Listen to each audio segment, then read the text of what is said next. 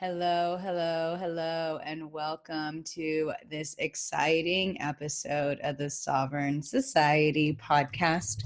I'm so excited because while I love my guests, there's not very many that I can really go there with and really tap into these higher frequencies and these higher dimensions. And so that's why it was a no-brainer for me to have Jasmin-Lalani here with me. Thank you so much, sister, for being here and for showing up and bringing your medicine on the interwebs and in the world and in your collective. And I'm really excited to be diving in with you today. Thank you. I'm so excited. I can't Yes. We've been messaging each other on Instagram like, oh my gosh, we're so excited for this conversation. And just because I don't know, I feel like, we're approaching these last weeks of this decade. And a lot of us who are so devoted to this work, we are feeling like the 2020 crystal vision coming through. Yes. Oh, I just got chills when you said that.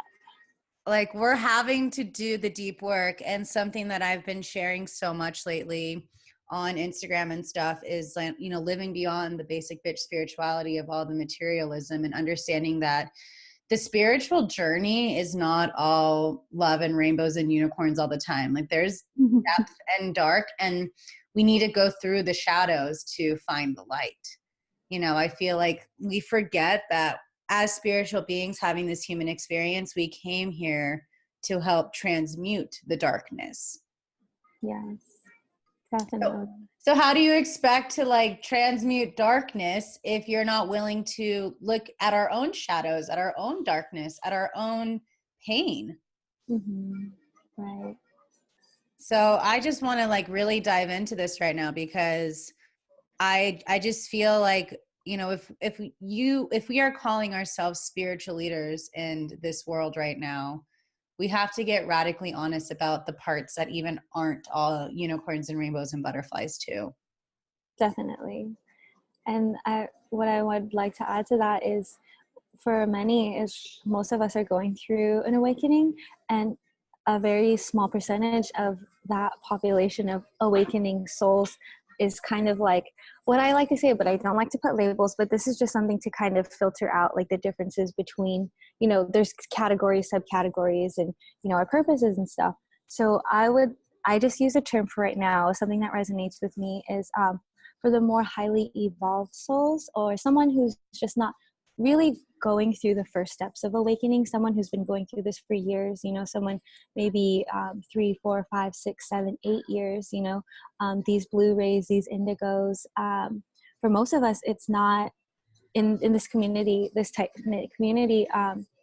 Most of us, it's not really, well, what does this 1 1 was? What are these 2 2 2s? It's more like we already know, okay, this is confirmation for this, or we already have stepped a little bit into our power, into our potentiality, our purpose. So what I feel about that is that sometimes for most people who are going through an awakening, which I feel like is most of our following, people resonate with us because they see we've been on this journey. So it's kind of like, oh, well, they look interesting, or I feel like she could help me, and that's when I started following you, which was years ago. I started only following in my my awakening through Instagram when I was finding my community.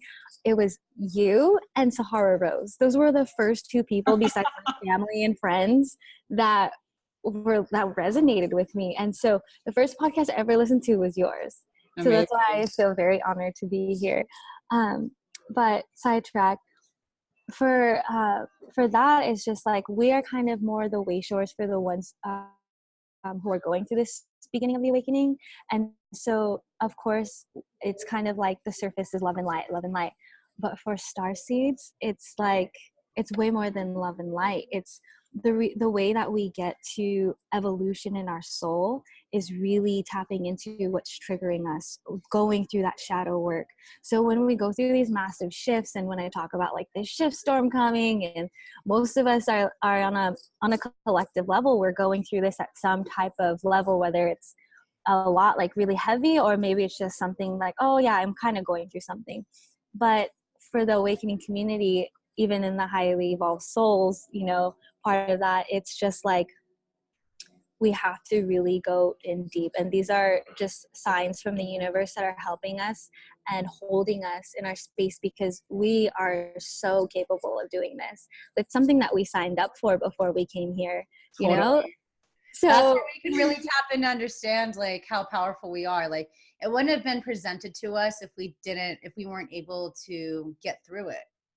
right. And just like that little example that I gave you, how you there was only 2 people I ever followed, like 2, 3, I don't know, I'm getting my years mixed up, because I swear shit's been happening to me where it's like, it's only been a month, but I feel like it's been like 6. I know. So I hear you. it's been like years ago. It's just that when I started following people on Instagram, and then I started doing my own transformation in a different way. I did like my bodybuilding, which ended up leading me back to my spirituality. It's just like I see how much I've grown in just years, and now I'm over here on a podcast with you. Yeah. Like that's beautiful. That's a total like timeline shift right there for me. Oh, I'm super stoked to have you, because like I said, there's a few, like, of course in my inner circle, like the women in my inner circle who've been on this journey, like we talk all about the Starseeds and the Indigos and the blue and the rays. And some people who are listening to this podcast, like, what the hell are you guys talking about? But I know, But they love it. Yeah, I know they want to know more, right? But for me, like, I've been studying Indigos since I was like 16 years old.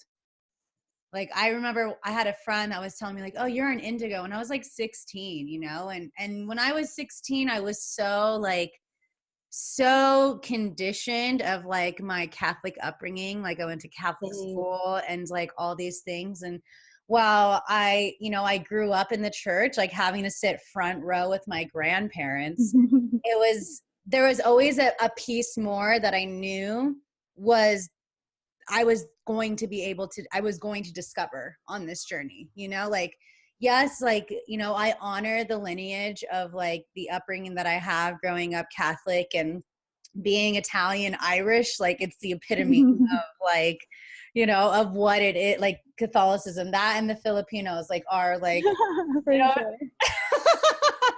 it's like that, like they're so devoted to the Catholic faith. And once I got struck by lightning, I knew there was a deeper like discovery for me that I really needed to dive into. Yes, I was always drawn by all the saints. Like to me, like the saints and Mother Mary, of course, like Jesus, but like the saints and Mother Mary was what really drove me like really interested. And to me, like the saints are like the deities of the Catholic Church, and just to be able to work with those energies. So it was really beautiful, because I saw you the other day on Instagram and you were talking about like how you went to church and like still the importance of like honoring our upbringing while also like honoring our journey. So I would love to just dive in deeper with that and seeing how you are blending in, like where you are now while also paying reverence to how you grew up. Right. So just alone with what you were saying, how a perfect example is through the Catholic Church with the saints is the deities. Well, it's kind of like, if we think about it now and we apply it to now society, like these deities are really kind of like in a way ascended masters. Like that's what it means to be evolved. Like a highly evolved soul is you've gone through the ascension process. So it's kind of like how I feel that the Catholic community, with this whole new paradigm shifting and all of this new age, and a great way to mesh it together is more looking at these saints as highly evolved souls. Like, what did they do in their journey, or how can I relate to how they were in that struggle and how they rose up and how they became that saint, or how they became canonized. You know what I mean? Yeah, like the fact that Mary Magdalene just became a saint. Oh yeah. Like the Pope just canonized the Mary Magdalene, for so long there's been the teachings where like Mary Magdalene's the prostitute, and then this Pope comes in and was like, no, that's actually not true. Right. It's really amazing to see, like, as humanity evolves, how religion's also evolving. Exactly. And so for me, I really respect this little church. My son, he's Native American, so we're around a reservation, and basically, like, when I started dating his dad, we were going to that church every Sunday, and I've always kind of just gone to church every Sunday. It's just kind of something I've done, but I never really resonated with it. And then once I became more into my spirituality, I started to really really respect the level of how my spirit guides were much so some of the Catholic saints, not all of them, but I had, like, my private squad. And this one right here, she's Native American Saint Kateri Tekakwitha, and I put her on my hand because when I do Reiki, she's part of my healing. Like, she does the healing with me.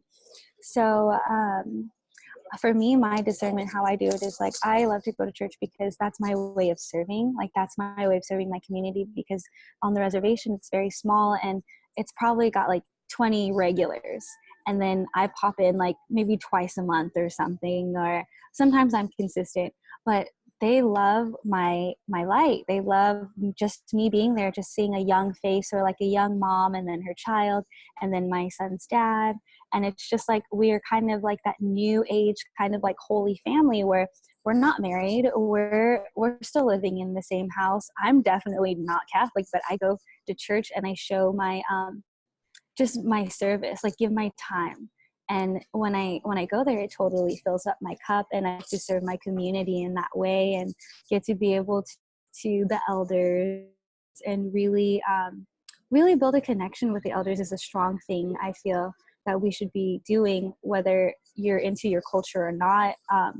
Our elders is who we learn from, and they may be a conditioned way of thinking, but learning from their experiences. Mm-hmm. And how we can apply it to us, and how we don't have to go through what they went through. Mm-hmm. Yeah, we have the opportunity to break like the trauma and the cycles that aren't really of service, that they have been passed down from them, that could have been from repressed trauma or pain. And I feel like that's part of the Indigo mission, and I do believe that, I keep saying, like, we are the generation that's bridging the Piscean and the Aquarian age. Like, we Indigos, millennials, that group, we are the ones that are going to continue to bring into this new paradigm what pieces of the old paradigm are infinite, and and what pieces of the old paradigm still have reverence. And we are carrying it through into this new paradigm with more reverence and respect. And I think it's so beautiful to see, like, people, like, still, respecting these saints, respecting these ascendant masters, respecting these teachers from older times. And because their message is infinite. Of course.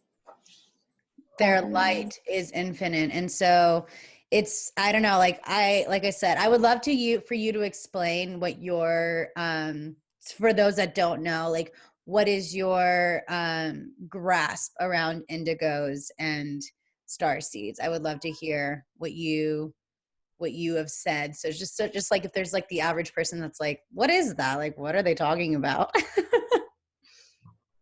Okay, so from my understanding, my experience, and just with my conversation with girlfriends, there's a difference between a light worker and a starseed. Light worker is like a very big, vast thing of people. And I feel like everyone on Earth may possibly be a light worker. Actually, no, not everyone. But for those who are going to be awakening, and let's take a step back. With Earth ascending, meaning the planetary shifts, these massive shifts, they're actually bringing her into a higher frequency. So if our planet is going into a higher frequency, all of the living beings, not just humans but animals too, we are all of the living beings are also ascending. And with this ascension is when all of this mass wave of the collective starting to realize, oh, what's this awakening? What's this new age stuff? But for the older ones who are more conditioned way of thinking, not really on the internet and all of this stuff, there's so much that are being brought to their surface that's really triggering them to really figure out, like, what is this new, like, why is this happening now? with politics, or even just with the fact that our tectonic plates are shifting, and how there's this new fault in not the new fault, but the fault in California is now officially active. And how many of us starseeds, we have like this collective theme where, again, it's not to be afraid, but we have this common theme where most of us are having these dreams of tidal waves, or just like something happening to the planet where it's going to be like, it's something where we can't point fingers. It's something where we all have to see it in a higher perspective, in a higher way of thinking, that this third dimensional reality would not let us even think. And I'm not really sure too much of what it is, but that's just a common theme that I've been talking to about with people. So where was I going with that? We're just in flow with the Indigos. it goes. So I talked about how the awakening in the collective consciousness is rising. So with that rise, we're starting to realize, oh, I am a light worker, or oh, I am a way shower. So the thing is I believe that most of us are light workers, but starseeds are the ones who are really doing the work, like really purging out, doing all of that ancestral healing, all the ancestral wounds, and really diving deep into our growth and transformation, because we are going to be those pivotal leaders to really help people on the mass level, right, of doing what we have been going through, what we've taught. So like these indigos, these blue rays, we're really like that second wave. I would say like the first wave would be, like the 60s, the 70s, really bringing awareness to opening up to each other, to unity. But now the indigos we're not just waking up to it, we're feeling it, we're doing the inner work. And then we've got the rainbows, the diamonds, these children that are being born, like the 18 and below, like I would say like the 18-year-olds to the 10-year-olds, the rainbows. They're going to be another transition into. They came in like 2000, like they really started connecting in 2000. Yes. And then from 2010 and beyond, those are the diamond rays. So the diamond ray children, they're being born onto this planet. This is something that is very special to me. And this is what I like to specialize in talking about. This is something that's part of my soul purpose, where I feel that I'm supposed to be sharing about these new children coming to Earth. So there's this new term, you may hear of it or not, called the diamond rays. And the diamond rays is these children, they're being born of a higher consciousness. So it's not like, say, for instance, a child born in 1980 and a child born in 2010. Their brain structure and everything that they're wired in is completely different. Mm-hmm. So their level of consciousness is already seventh dimensional. It's way beyond fifth dimensional. Well, that's the thing. People are like, oh, 5D living. But the truth is, if you're just consumed about 5D living, you're actually trapping yourself, because there are higher dimensions. Right. And these babies, they are already at a higher dimension. And what, like us blue rays, us indigos, is we're supposed to be helping these children stay in that higher consciousness, because their physical vessel is anchored down into a lower vibration, a lower frequency, but their consciousness is different. So just because they're living what we're living, they're not thinking what we're thinking. You know what I'm saying? Yes. Because that's the thing. If I just want to interrupt real fast, because to be truly multidimensional, you have to understand that you're on this 3D physical plane for a purpose. So we can't ignore that. Like, I think so many people who do this work, like, they get very vata and they're so stuck in these higher dimensions, but they're completely disconnected from their body, or disconnected from the truth that they came here on earth to implement change. That's what really, really bugs me about so many people that are teaching spiritual teachings, is that, like, we still are here on this 3D. We're still here. Yeah, because the planet is it's still there. Like, we still need to work on raising the frequency of the planet, but it's not there yet. It's not there yet. We're working together to raise the frequency, but we cannot ignore that we still are here in this 3D reality. Right, definitely. So with these waves of new children, it's really going to become a whole shift. Like, within 5 to 10 years, I see something majorly shifting. And it's not I think another misconception about the fifth dimension is 5D. 5D, you know, it's just a term that we like to throw out. A fifth dimensional way of living is not necessarily your consciousness is fifth dimensional. Your consciousness has to be higher than what you're anchored in. So we can be still living in a third dimension in this time and space continuum. So it's still like linear January, February, March, April. But what's creating a fifth dimensional living is creating that abundance, really honing in our manifestation powers. So something that I'm definitely working on is trying to hone in and harvest in my financial abundance. But again, it goes, everything is all energetic, and it's something that we're all working on, whether it's financial abundance or mentality abundance, or really finding and honing in our abilities. So it's just like, really, this is the time, especially with the 2019-2020 shift, where I call it like the shit storm. Like, all of us starseeds are going through so much shit, but it's because like, it's really like this rubber band is like about to like, boom, like lash right off. I say that all the time. Like, my favorite analogy that keeps me sane when I'm in my shit storm is like, the arrow has to be pulled back before it can get shot forward. Yes, definitely. And so many of us that have been, you know, a lot of us like that are really paving the path, like these more advanced souls, they had their massive shift come 2012.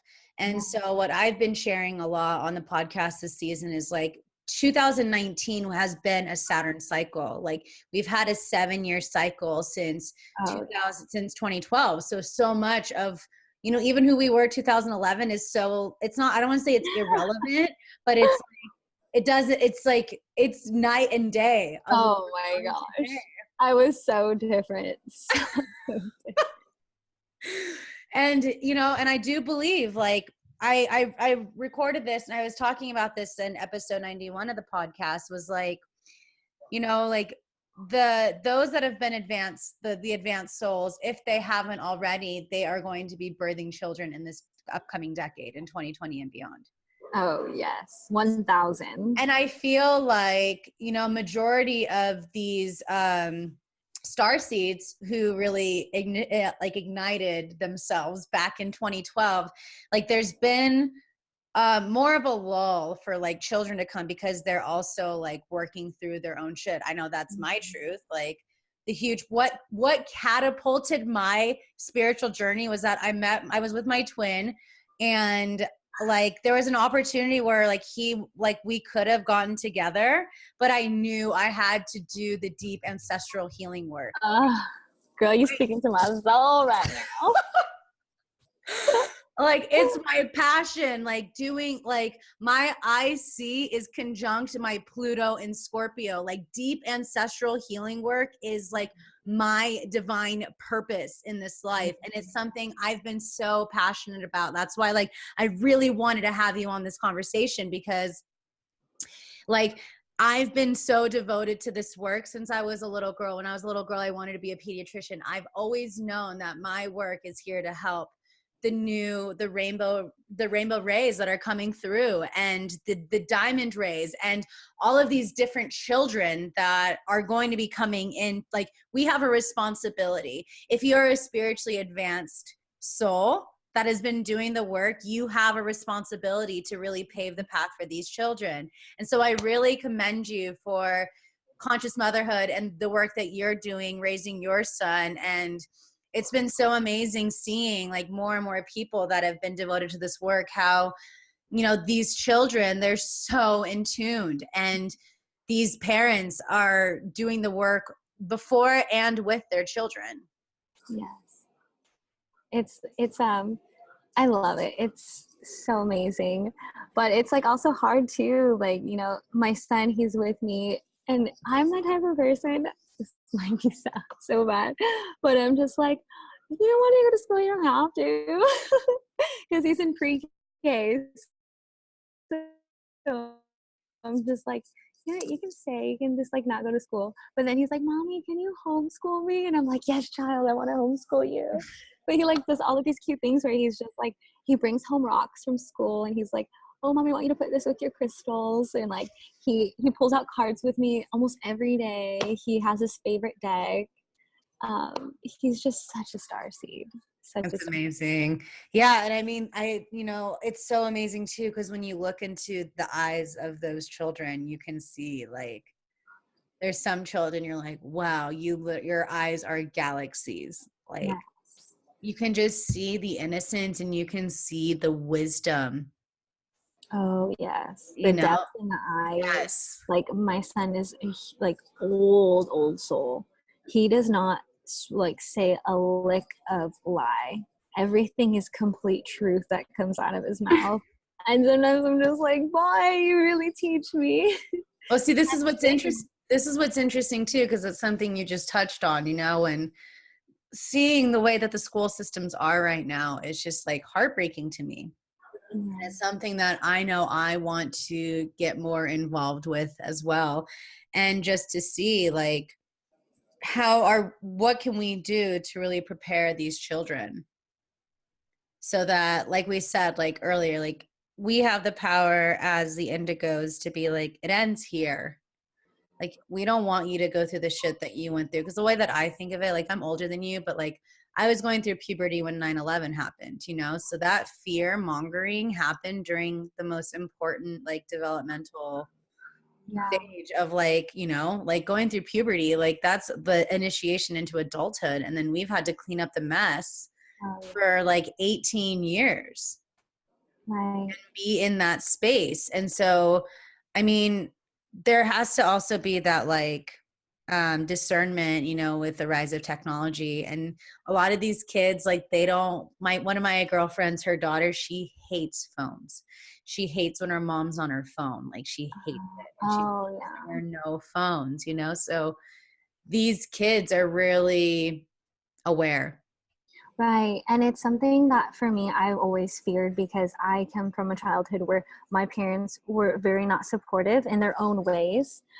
Because I grew up with a single mom, but then I kind of had my dad and he came around and stuff. But for me, what I would fear was, oh, I never want my son to see this, or I never want my son to see us argue. I never want blah, blah, blah.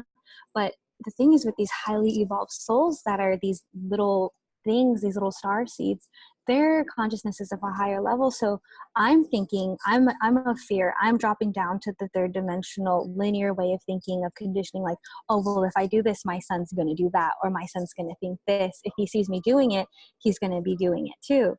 But it's like, I have to trust in the universe that this son, like this little boy, his consciousness is so evolved. It's even higher than mine. And that's how highly I speak of my son, because he's my greatest teacher, is that if I'm doing something, that's not to say that he's going to do it too.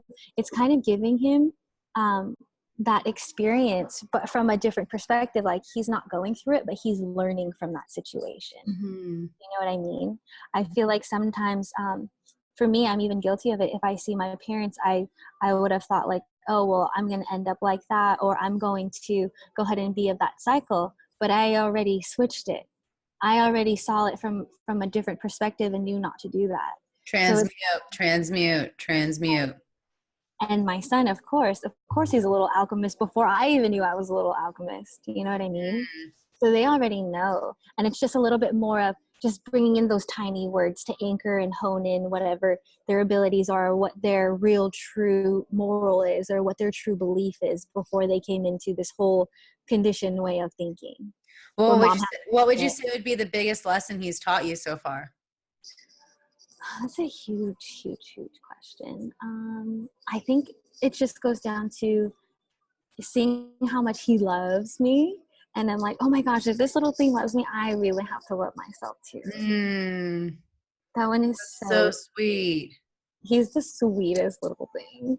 Like, he wants to just, if he's in his car seat, he's like, Mommy, can I have a hug? I'm like, baby, I'm driving. I can't give you a hug. He's like, well, can you give me your hand? Can I kiss your hand? Oh, okay. So this is something that like melts my heart, because when I did ayahuasca, my son came through, and my son, his name is Michael David. He came through in both of my ayahuasca ceremonies, and he told me like, I'm just being patient for you to like figure out your shit. Like, really, like, cause I know what I consciously am choosing to prepare for motherhood.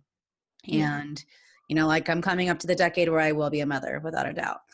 Yeah. And something that's been really challenging for me to see is like with, you know, more, and I feel like so many women have had boys lately too, you know, and like there's been such a huge wave of like this divine masculine energy that's coming through like these young boys.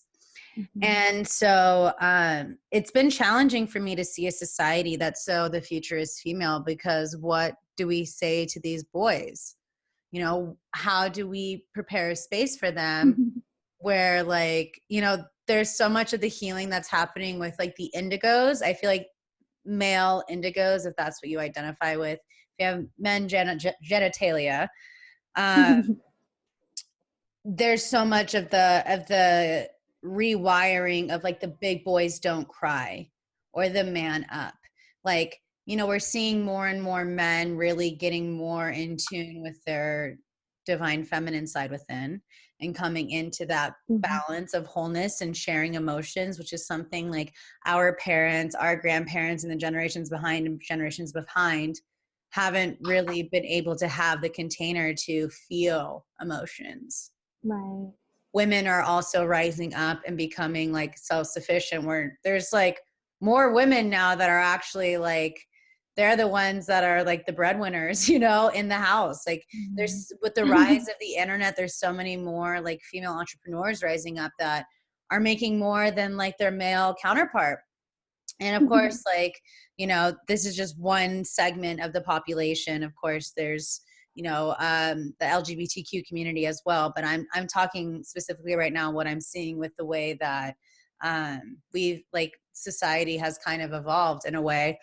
And I mean, what are some ways that like you can see like to rewire of like, because to me the future is all inclusive. It's not just one specific like gender, right? Like the future is male, female, and everything in between. Yes. So what are ways that you're showing up for that with your son to really show, or what are you seeing happening with these children of what they're seeing? Um, I'm not really too worried about it. I think that just really focusing in on our own healing will be able to help the children, one, see it, but then also like teaching what we went through and having them have to go through it to learn the healing from earlier times. So it's not like they have to go through childhood trauma as much or to a certain degree as we had. So I think it's just really just trusting in the universe, because I really do feel that there's going to be a huge, huge shift, especially because of this whole new word manifestation. You know, everyone's going to be wanting to learn how to really manifest our reality. And everyone's been doing it for years, like since the beginning of time. We are manifesting it as we speak right now. We're doing it with our word, but it's really like actually teaching the core value and implementing it into our consciousness, into our heart, anchoring in what it means to use our word. Embodiment. Yes. And see, like, even that word, I mean, how many people can truly give a real definition of what is embodiment? I'd be like I can feel it, I can be it, but it's hard to explain.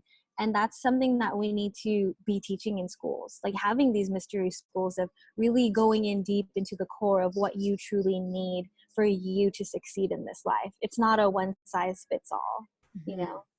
Which is why I also think there's that rise of like homeschooling and Mm-hmm. opening their children like Montessori school again, is because we have to see the evolution of the teachings Right. to support the waves that are coming through with the medicine. Yes. And even my 4-year-old son, he said that, Mom, can you homeschool me? Like, what 4-year-old would say that? And everyone loves him at school. Everyone's like, hey, Bo. He's like totally life of the party everywhere he goes. But he's like, can you homeschool me? Oh, yeah. I mean, it's going to be so interesting to see what 2020 and this decade that's coming through really brings. Right. What are some of the things that you're seeing? For 2020? Yeah. Well, I mean, again, like, awakening is not all love and light, so we're gonna go there. But no, for real though, like, I was having this dream that like, I saw just like a tidal wave, but not just in a coast, not just west coast, not just east coast. I saw it happening all around the world. Like, there was like a massive tidal wave where it hit like every coast in America, or not in America, but in the world, where people are like, what the fuck, like, what the fuck is going on? And that type of detoxification, or that type of rise from earth, is like totally purging out. One, there will be fatality, there will be destruction, there will be all of these things, but we need to go through all of that, like, that destruction, to really like kind of regrow, kind of like survival of the fittest. And it sounds horrible, like very primal, but that's honestly truly what it is. It's honestly, if you cannot evolve, or if you can't wake up, if you can't ascend, if you don't want to do that, you're getting kicked The out. world will help you wake up. Yep. And if you can't, then the world will eat you right up. Mm-hmm. And you'll go to a different dimension, or a different plane, a different realm, where your karma will be served somewhere else. But you have to be you need to be ready to do some work and start to rise if you're going to be living on this planet. That's just the truth. Yeah. And to me, like, when we think of dream spaces too, like, I like to also see the symbolism of dreams.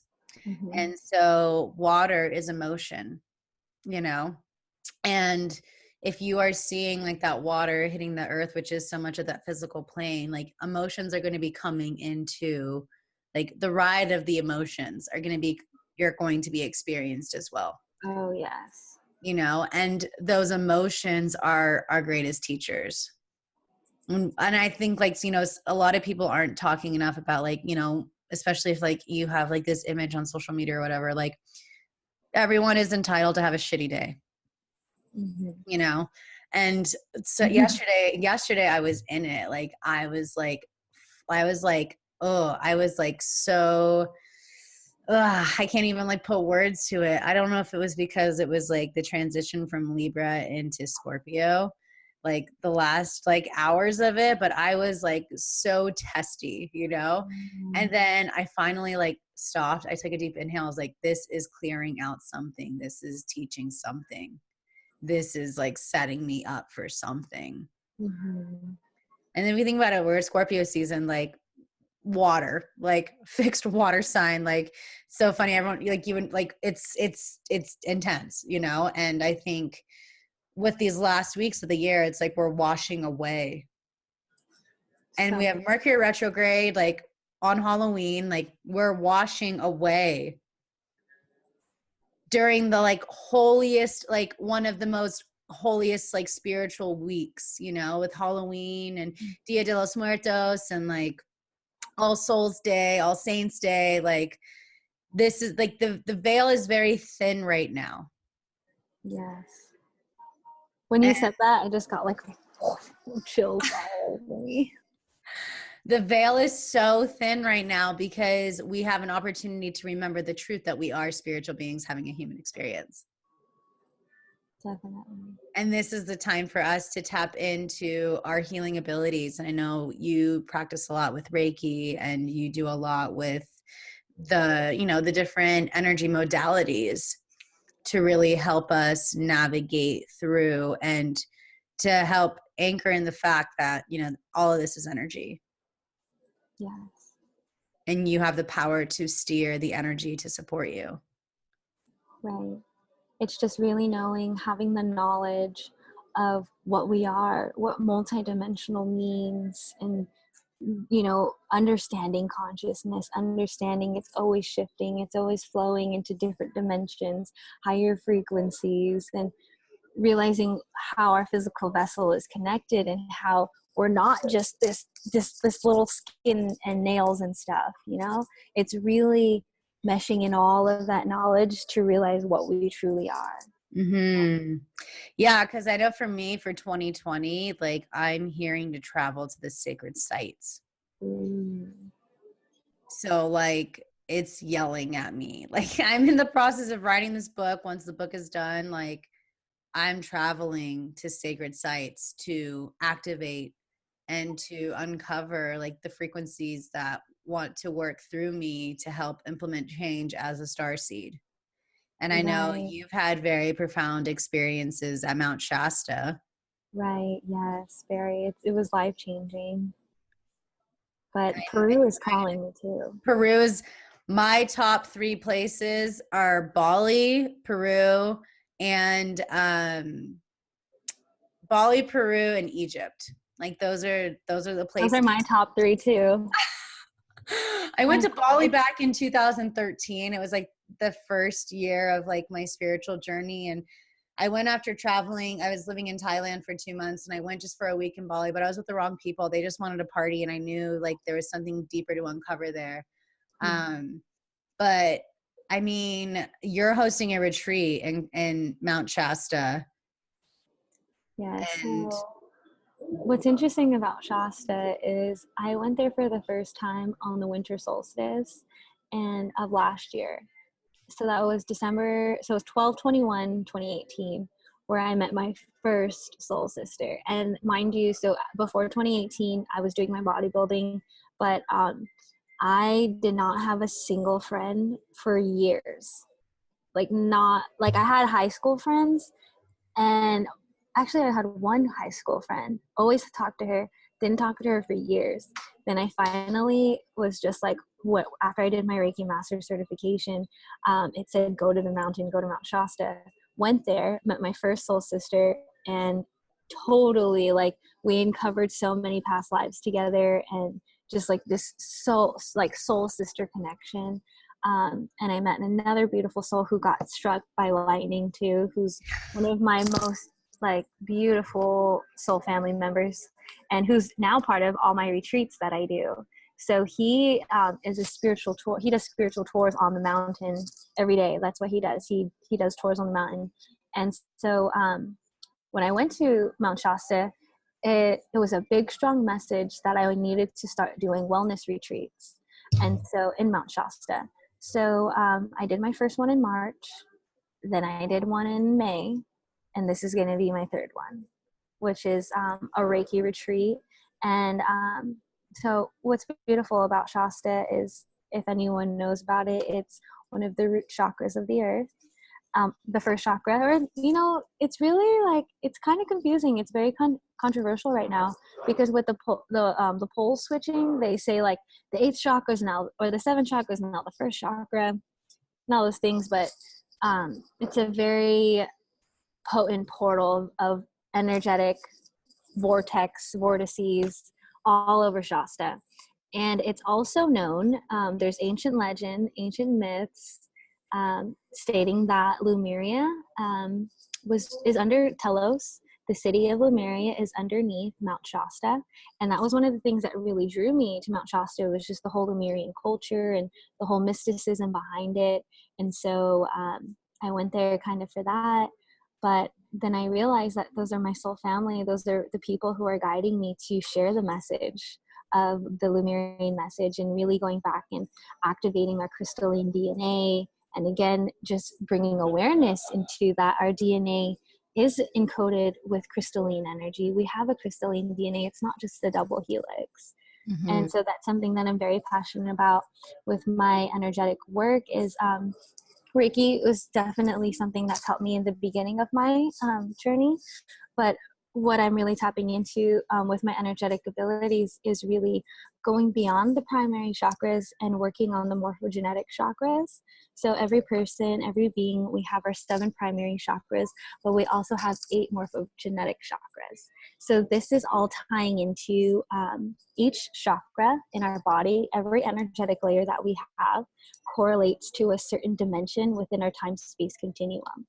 So what I do with my healing is I tap into the etheric counterpart, because everyone has your divine unique blueprint. And what happens is there's DNA that needs to be repaired. So what I do is I go into the etheric counterpart, go inside the morphogenetic templates, and I go ahead and I prime your chakras, do all of the templating that needs to be done. That's really, it's specific to your own DNA, your own blueprint, your divine blueprint. And I go ahead and I do the healing through that biohacking. But that's something that I'm very passionate about, something that I'm diving into now.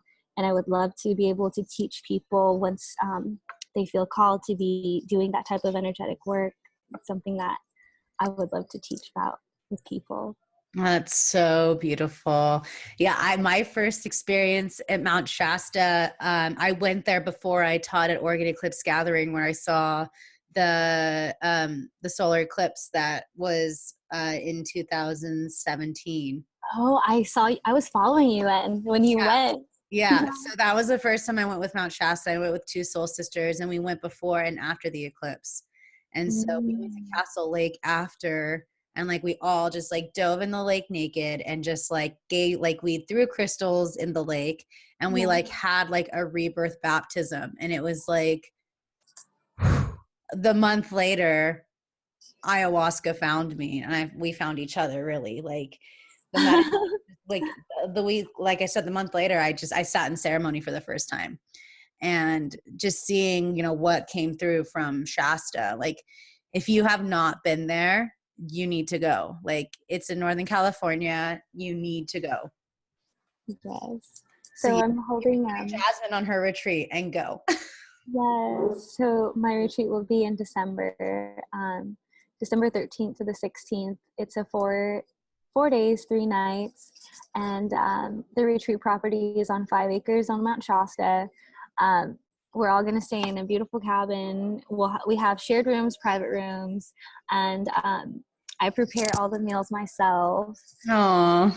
We're going to be going on a tour with Paul from Mount Shasta Spiritual Tours, and that is life-changing. Like, I had to add him onto all my retreats, because if people are going to Shasta, they need to see it, the like real tour way where he takes you to these energetic portals, these vortexes, and where he's known to have seen, or these ascended masters have been on that part of the mountain where they do the retreats, Ascension Rock. Oh my gosh, there's so much that you have to be there to feel it. There's no words. Yeah, definitely. Well, I think it's so amazing that you're presenting this opportunity the last days of the decade before we dive into 2020.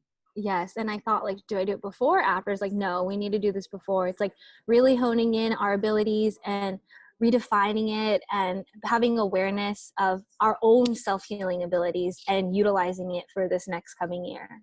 Oh man, I'm like so thrilled for 2020. I can hardly contain myself, just because like we've been talking about, we've been doing so much work that it's like that it's all coming, you know, and it's all here.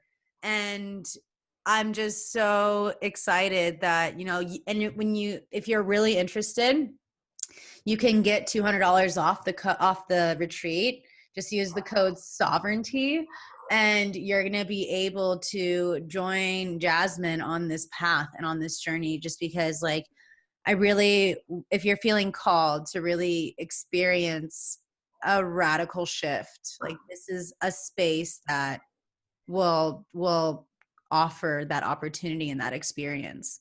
Right.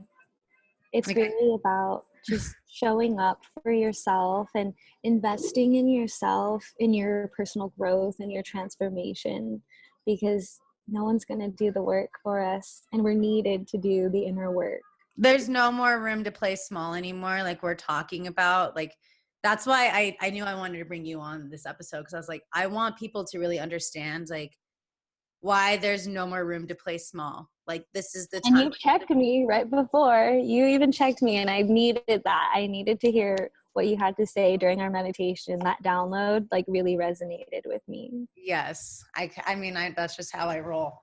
Like, I'm just like, hey, if there's a message that's coming through strong, I'm going to share it. And, you know, and that's why I was like, I need to have Jasmin on here, because I believe in you and the fact of like your passion for conscious motherhood. Like, I've had mothers on the podcast, of course, but like, I really do see you embodying that. And I really do see you living that. And it's like, that's the type of mother I aspire to be, is to be able to hold that container for my children, you know, in the near future. And so it takes us doing the work, and takes us like also creating the container for these children to really soar. And to do that, you have to take responsibility for your life. To do that, you have to be active in your ascension journey. Right. To do that, you have to be willing to call yourself out on your own shit. So I want to, what was that? That's new for me. Evolution, right? So I do want to wrap up by asking a few lightning round questions. Okay. What does sovereignty mean to you? Sovereignty is our birthright. It's something that we came into this world in. It is our God spark. It's in our hearts. It's what we strive to be, the heart expansion consciousness, that sovereignty. It's inside of us. It's our word. It's speaking our truth. It's living it. It's really understanding that our word is impeccable and our word is our reality. And that's what sovereignty is to me. Yes. Yes, yes, yes.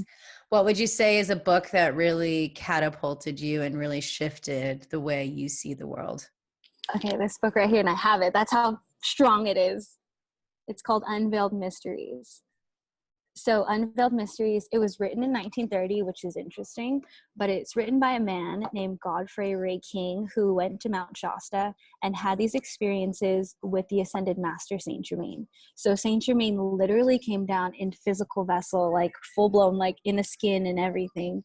And he came to this person and he told him all of the experiences that were needed to be shared with the world that are going through this now golden age. Here we go. Buckle up. Very, very intense. Yes. What would you say to younger Jasmine? I would say, like, yeah, girl, I'm proud of you. Like, I didn't know you're going to get this far, but there's so much more, like, still in store. Like, I have no idea. Amazing. What's your intention for the last of 2019 to bridge into 2020? Is really to trust my own abilities and trust my power and how I really can influence people in the positive way. I love that. And what would you say to those who are listening to this podcast, a little blurb of wisdom and guidance that's kind of coming through for you right now to share? I would say that just trust the process, and don't beat yourself up about your insecurities or what you feel that you need to work on, because I'm still working on a lot, and I thought that if I was around spiritual people, or if I go on a retreat, I can't do this or I can't say that.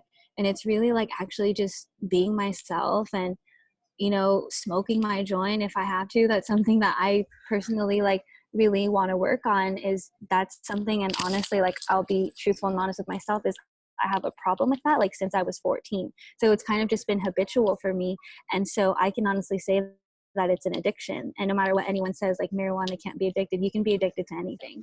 Definitely, my marijuana usage is something that I want to completely cut out of my life, because I feel like for my journey where I'm at right now, it's something that is going to shift all of my abilities, shift all my disbeliefs that I had within myself, all of that limitation. And it's really like holding that willpower within myself, no matter what that addiction was. It's really holding that willpower and knowing in my sovereignty that I can do this. And by me just stepping out of that fear, it's going to like blow my mind away of how well I'm going to be doing and how well my life is going to shift just from that one difference of being limited and feeling like I needed this certain substance or I needed this. You know what I mean? You reclaim your power. Right. Exactly. Amazing. And then where can we find more about you? Where can we find more about the retreat, all the things? Okay, so you guys can find me on Instagram, is where I'm mostly up to date. I'm pretty much on there every day. I post content almost every day. I do card readings, and I also do healing sessions, which include Reiki. And I also do, inside of my sessions, is light language, intuitive messages that just come from spirit. I also do sound therapy with my sound bowls, and I have a hand drum, and I have buffalo drums, and all these fun instruments to use for sound therapy, to really go ahead and do another part of the physical healing within the body through sound. And you can find me on Instagram at the Flower Jasmin. And With no E, Jasmin. I wanted to make that clear. Yes. And you can also find me at theflowerjasmin.com, and that is my official website. And it also has all of my information on my Reiki retreat, which is in December. And if you guys feel called, and if you feel like you have financial obligation or there's something like that, I do offer payment plans. So I really hope that helps with you guys, and I really would love to see you guys on the mountain and see you guys and help you guys, serve you with your personal growth and transformation. Yes, yes, yes. Thank you, Queen, so much for being part of this conversation and for sharing your wisdom and your light and your medicine. Like I said, while I love so many of my guests, there's not very many I can dive in deep with like this, because this is the way my girlfriends and we all talk, So it's just like, it's really refreshing to be able to have another starseed conversation. So I appreciate you. I appreciate your medicine. And thank you so much. Yes, thank you. And if you have, if you're interested, if you're listening and you're interested to hear more about all these deets and all this higher dimensional understanding, like, please reach out to us, because this is the stuff that I'm passionate about. This is the stuff obviously Jasmin's passionate about. And this to me is what it means to really like integrate the spiritual teachings by sharing this and really embodying this and really resonating from this space. So we thank you so much for being part of this conversation, for listening, and thank you for tuning in, and we'll be seeing you later. Take care.